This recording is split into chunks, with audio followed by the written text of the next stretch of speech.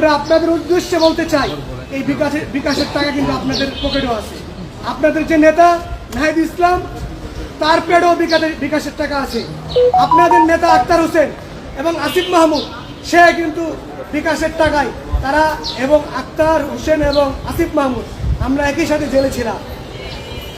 এই বিকাশের টাকা দিয়ে আমাদের বিকাশ থেকে টাকা উত্তোলন করে জেলে টাকা পাঠানো হয়েছে। আমরা একই সাথে এই বিকাশের টাকা খেয়েছি এবং আমরা একই সাথে একই রুমে পাশাপাশি ছিলাম।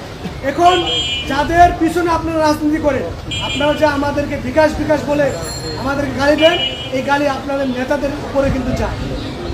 এই টাকার পদ্ধতিটা আমরা 18 সালে আমরা যখন আন্দোলন সংগ্রাম শুরু করেছিলাম, আমরা জনগণের কাছ থেকে জনগণের মতামতের ভিত্তিতে আমরা টাকা উত্তোলন করেছিলাম, কিন্তু আপনারা বারবার আমাদেরকে কটাক্ষ করেন বিকাশ বিকাশ বিকাশ।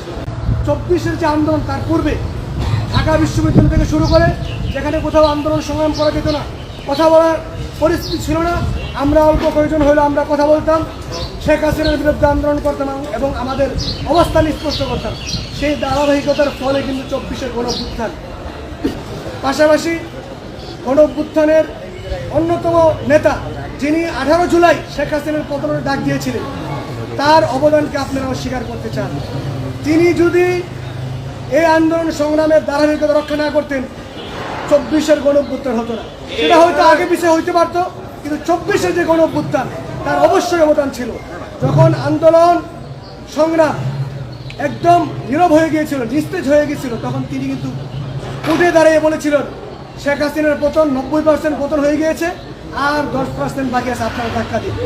তখন কিন্তু আন্দোলন উজ্জীবিত হয়েছিল এবং শেখ হাসিনার 2 দিনের মাথায় শেখ হাসিনার পতন হয়েছে। জুলাই গণঅভ্যুত্থানের যে সবচেয়ে বেশি ভূমিকা ছাত্র অধিকার পরিষদের ছিল এবং সাদাই বিপি জনাব নুরুল হক নুরের ছিল।